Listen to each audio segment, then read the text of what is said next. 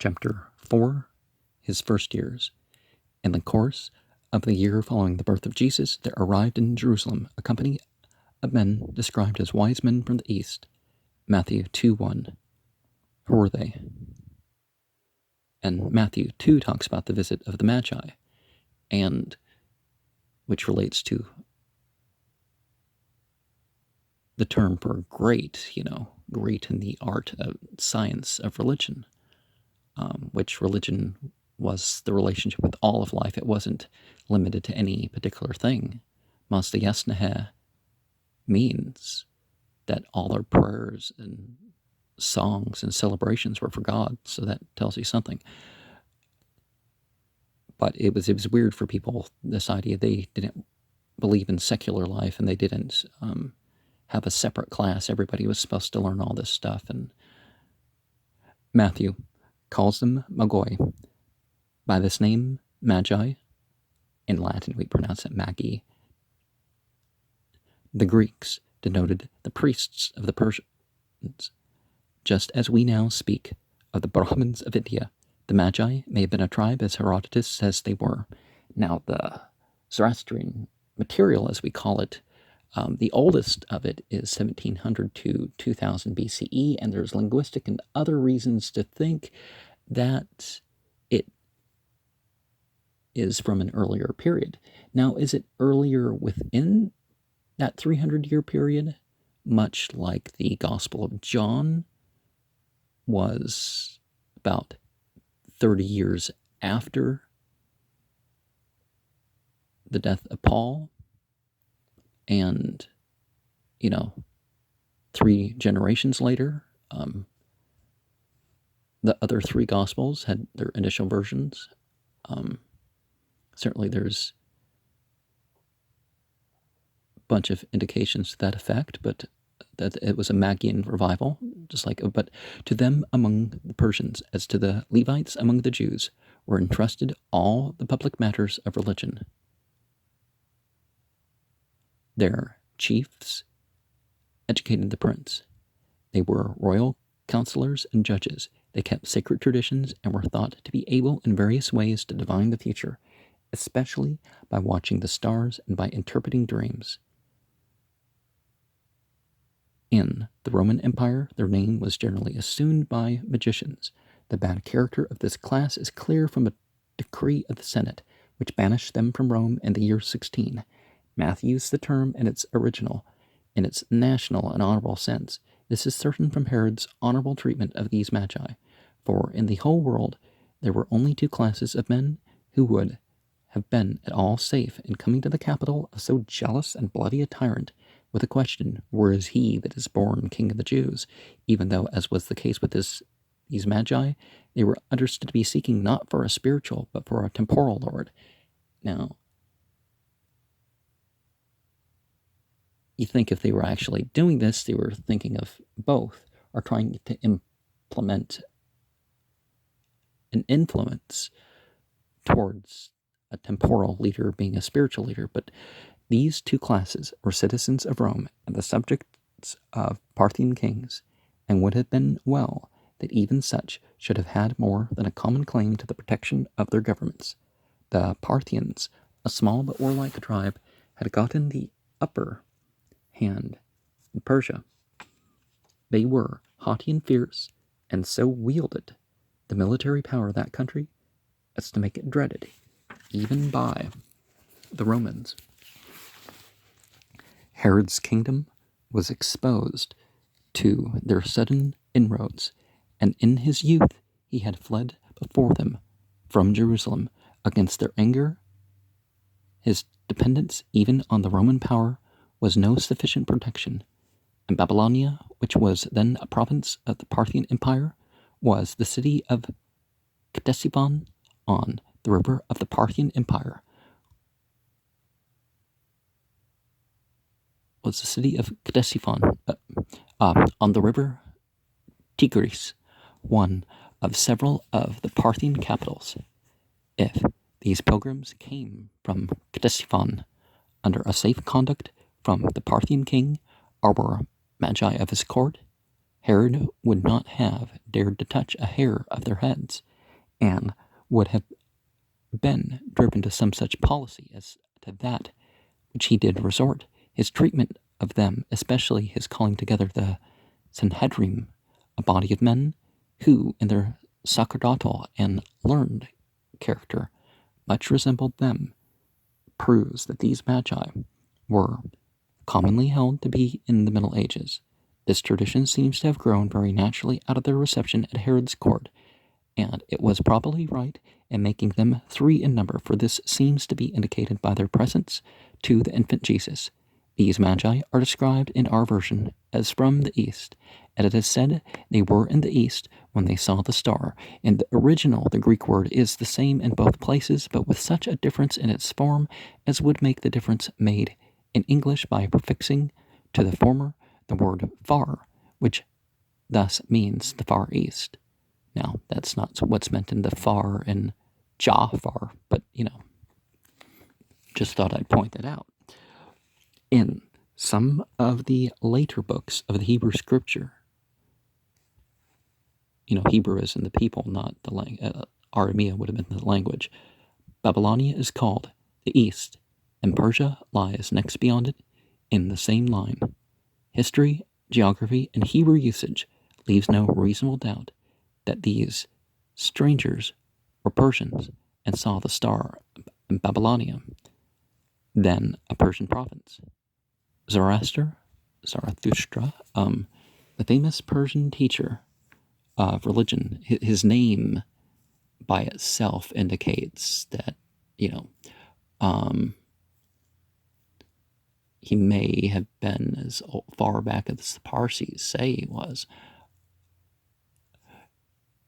about 8,000 years ago, who may have lived as far back as 1,500 years before Christ, are not far from the time of Moses, was no idolater, and in the Bible the Persians are not classed with the heathen. Cyrus, the founder of the Persian Empire, was predicted by Isaiah. Well, Isaiah, of course, we know was written after Koresh the Great in its earliest fragments, 44:24 and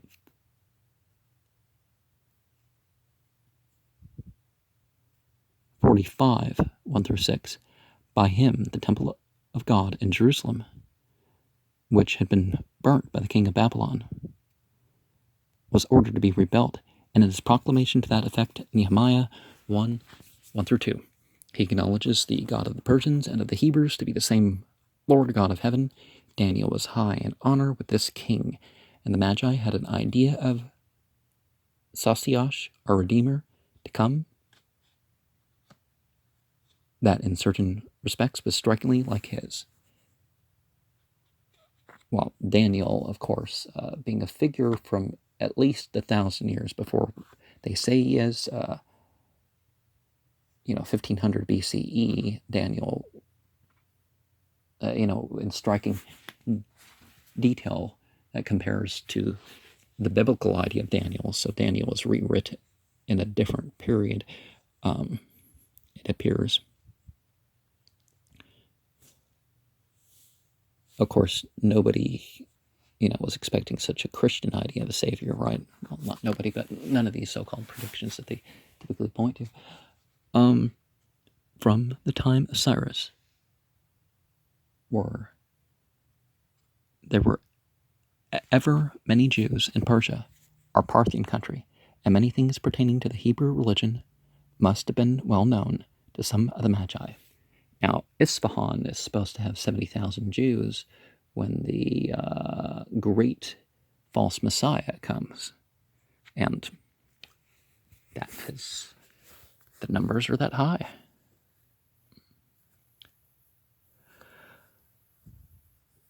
The Parthian country, many things pertaining to the Hebrew religion must have been well known to some of the Magi. But how did they come by their idea of the star?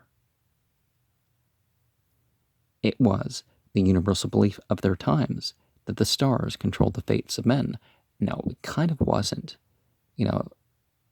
For some, they thought, pertaining to the Hebrew religion, as maybe some of the types of Judaism rather than just the prophetic-based religion thought that, but the science that professed to look into their influences was called astrology, and the Magi were astrologers, while the Yazidi were the ones that had this septenary astrology that people influence on it. But an ancient prophet who was of the East and who was not a Jew have foretold a Jewish Messiah in the remarkable prediction, "There shall come a star out of Jacob, and a scepter shall rise out of Israel."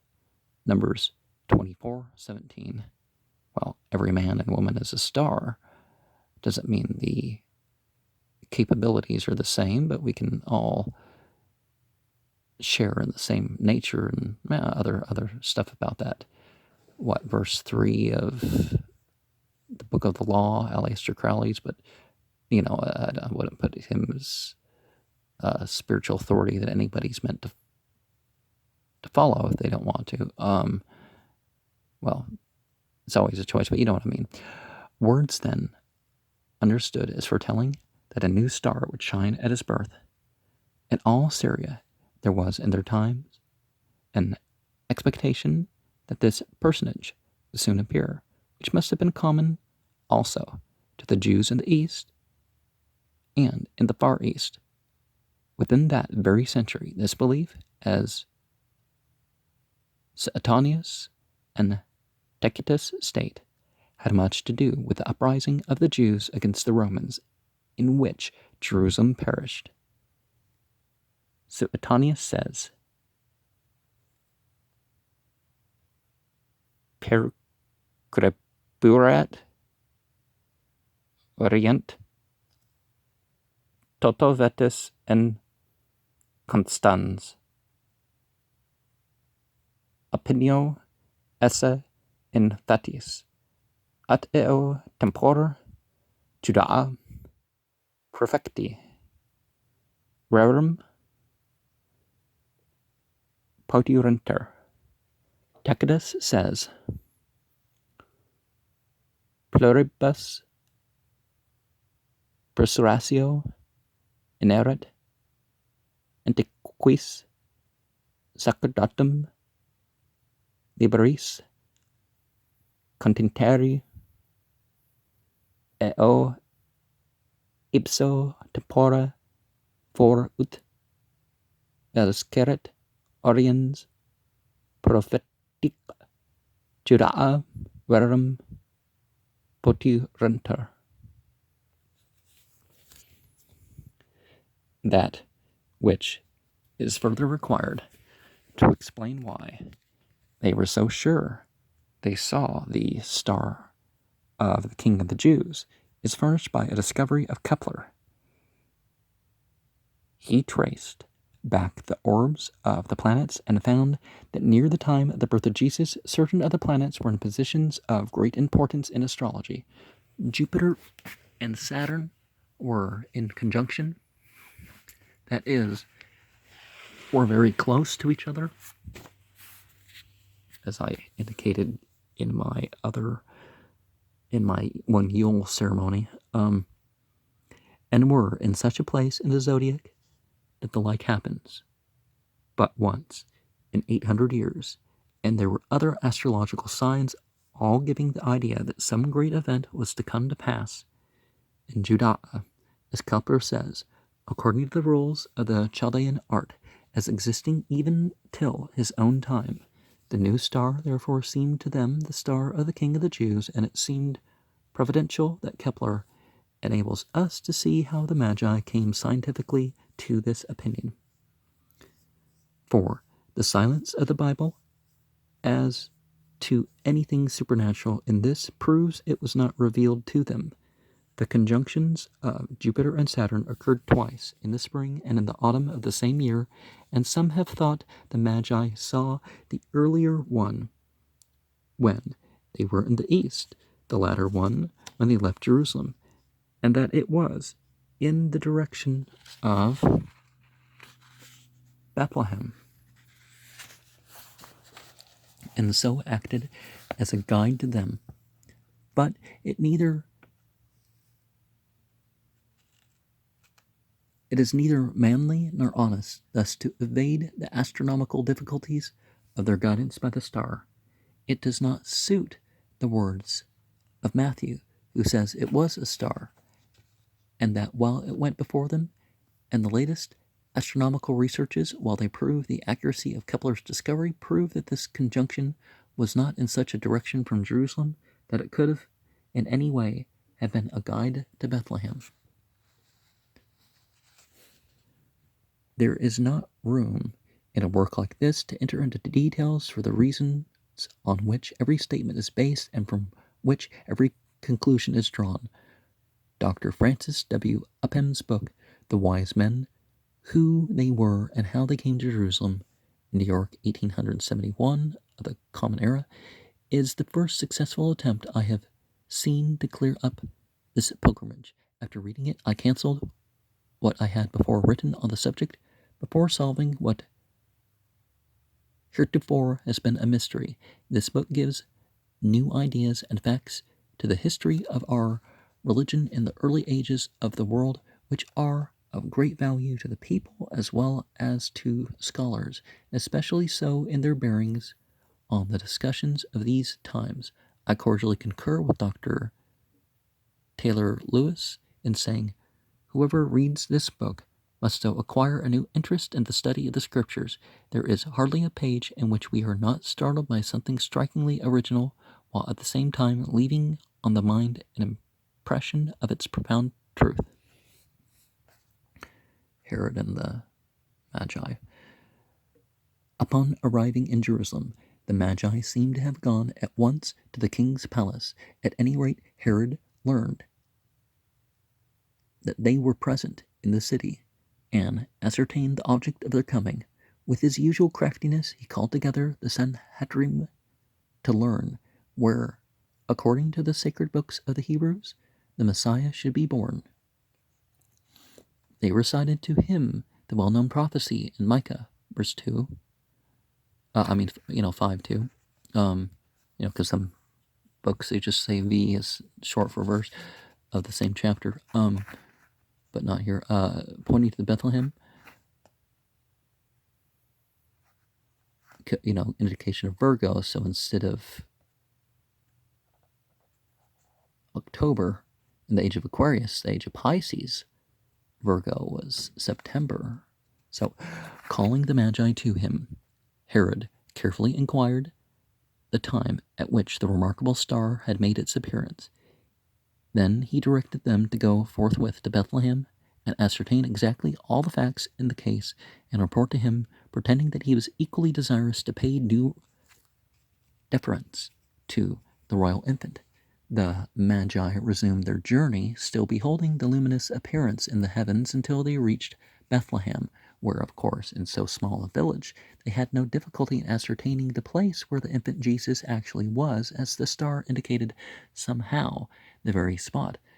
They worshipped him and opened their treasures, and according to Oriental etiquette, presented him costly gifts, gold and frankincense and myrrh. Frankincense and myrrh are going up, and if you can use the resin rather than the extract, I know sometimes price it points towards the other, but there's it's affecting shortages, stuff like this.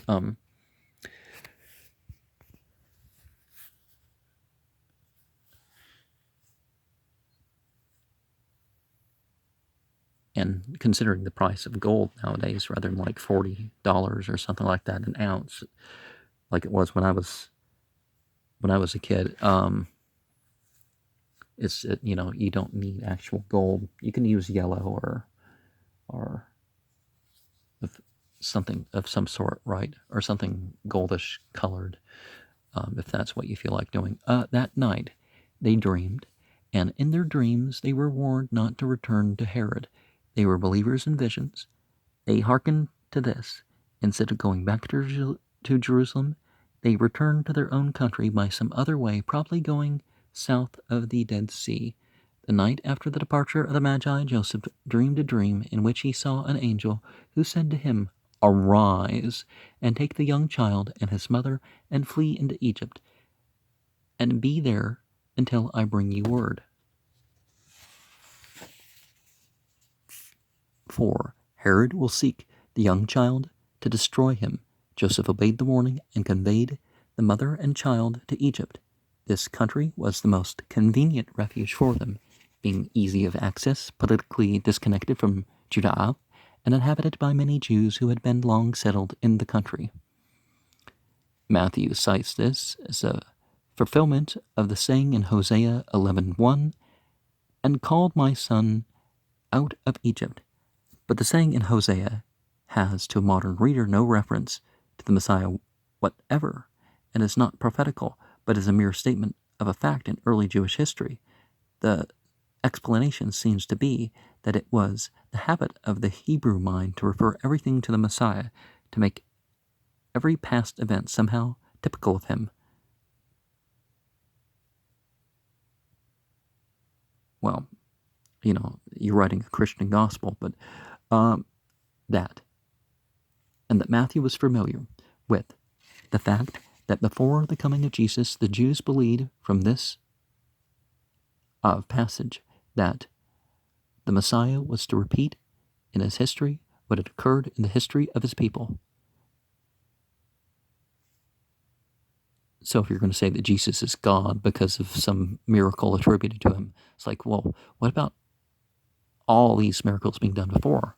What about the 319 miracles of Muhammad that are, attributed with greater historicity than anything in that side of the Bible? With this knowledge, Matthew naturally cited this verse of Hosea. A similar accommodation occurs in Matthew 2:18. In Ramah there was a voice heard, Rachel weeping for her children,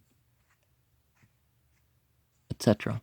Quoted from Jeremiah 31:15, where it was applied to the circumstances connected with the Babylonish captivity. Dean Alford says we must seek an explanation in the acknowledged system of prophetic interpretation among the Jews still extant in the rabbinical books, and now sanctioned to us by New Testament usage, at the same time remembering for our caution how little even now we understand of the full bearing of the prophetical words and acts. And, not Rama in the Hare Krishna, Krishna Krishna, Hari Hari, Hari Rama, Rama Rama, Hari Hari. That doesn't have anything to do with that. None of the expressions of this prophecy must be closely and literally pressed. Okay, don't take the Bible literally if you can't, if it doesn't seem to prove things, right? The link of connection seems to be Rachel's sepulchre, which Genesis 35:19 was in the way to Bethlehem, and perhaps from that circumstance the inhabitants of the place were called her children. Alfred's Greek text in Luke. Tradition makes Joseph's route by way of Hebron, Gaza, and the desert, and there could have been no more direct course. They still point out at Hebron, a spot where the family encamped for the night, not far from Heliopolis, on the way towards Cairo. Well, the Arabic for the place, isn't it like tent city or something like that? Is the village Metaria. That sounds suspiciously like Maitreya, right? Where it is said Joseph made a sojourn while in Egypt, which is probably because of the many Jews who resided at that time in Heliopolis. But there is no historic certainty in this. The nearness of Bethlehem to Jerusalem allowed Herod to inform himself promptly of the movements of the Magi. When he ascertained that they had eluded him, he was exceedingly angry, and sent and slew all the male children in Bethlehem. Well, whether it happened or not, it was definitely something claimed of other leaders too, from 2 years old and under, according to the time which he had diligently inquired of the wise men. Massacre the Bethlehem babies. Okay, now why isn't this historical? Jebel Safsapha, Mount Sinai. Well, there's like 20 Mount Moses's. Oh no, there's over 20 Mount Moses's. So you can't look at everything called Mount Moses. This great crime is consistent with the character of the man. He had ascended the throne through blood. In blood, he had sustained himself. He had murdered his wife and 3 sons through the suspicion of jealousy, and he had arranged that the principal men of the Jewish nation should be slaughtered at his death, and that the people might have had some occasion to mourn, as he foreknew what a joy or relief they would feel at the death of their tyrant. He was suffering the pain of a horrible death, an incurable disease. Loving life, yet looking for speedy death, he was just in the condition to commit this outrage. That Josephus does not mention this circumstance is nothing to the purpose. Josephus did not know everything. Josephus did not tell all he knew.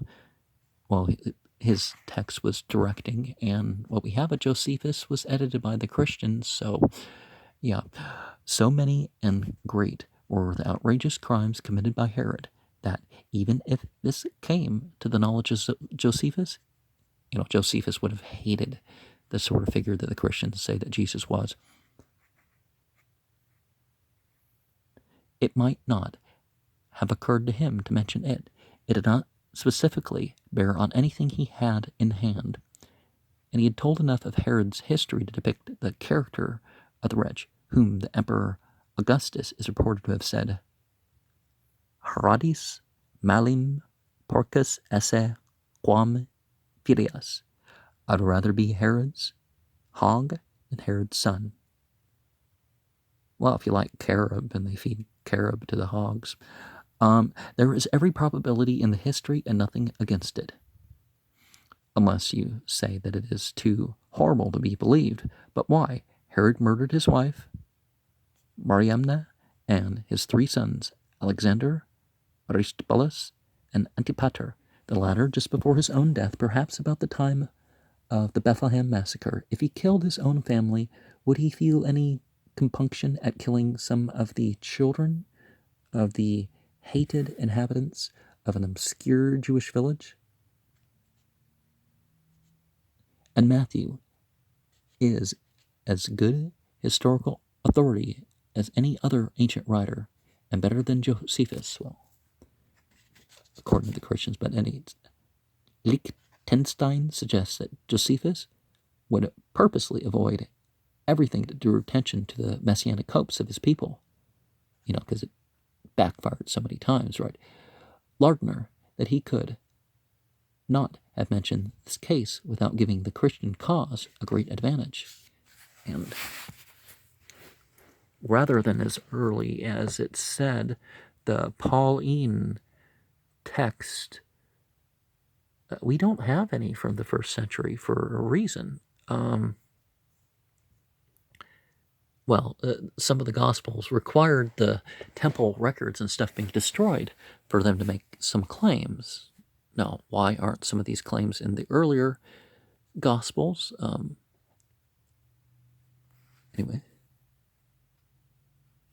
Lardner, that he could not have mentioned this case without giving the Christian cause a great advantage. He has a reason for mentioning this circumstance, which he states what consists with the well-known character of the man of whom it is related, how many children fell, we cannot now know. Voltaire, who was always ready to adopt any calculations which would tend to throw discredit on the history in the New Testament, supposes, according to an old Gentile tradition, Gentiles less of some thing of some people of different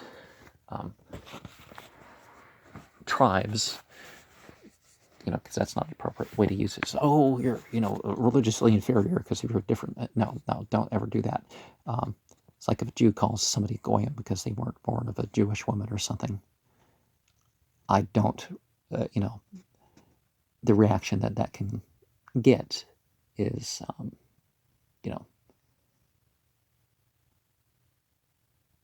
overstating, but, you understand it. That the number would be 14,000, nearly 3 times as many as the largest assigned population of Bethlehem.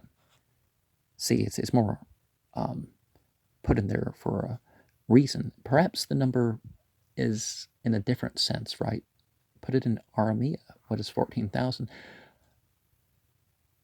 Sep supposes the number of inhabitants to have been about 5,000, and this would make the number of children of the specified age to be about 90. Townsend makes the number of inhabitants at 2,000. The number of slain children would then be about 50. Some have said 15. No one knows.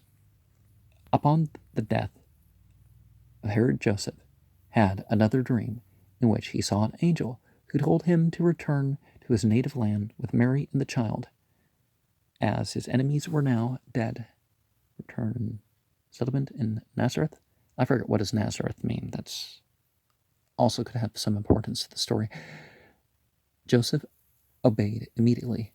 He seems to have naturally supposed that David's city was the place where David's son should be reared, and so prepared to return to Bethlehem. But upon reaching the confines of Judea, he learned that Archelaus had succeeded to the throne of his father Herod. He knew that this prince had inherited his father's cruelty and contempt of holy things, and so he was afraid to return to Bethlehem, which was within the territories of Archelaus, Joseph having again been warned in a dream to go to Galilee, which was under the dominion of the mild Antipas. Seems to have made a detour, traveling east of the Jordan within the territory of Herod Philip, until he came to the opposite Galilee, which he entered, and proceeding to Nazareth, settled his family in that city. Jesus thus became confounded with the despised Nazarenes. Matthew says that it might be fulfilled, which was spoken by the prophets. He shall be called a Nazarene. So far as I can discover, the Old Testament does not contain any text which the word Nazarene is applied to the Messiah. The explanation may be that the prophets had described the Messiah as a despised person, as the Nazarenes were. See John 1:46, where Nathanael quotes the proverb, "Can any good thing come out of Nazareth?" In Isaiah 53, we have a specimen of the general prophecy.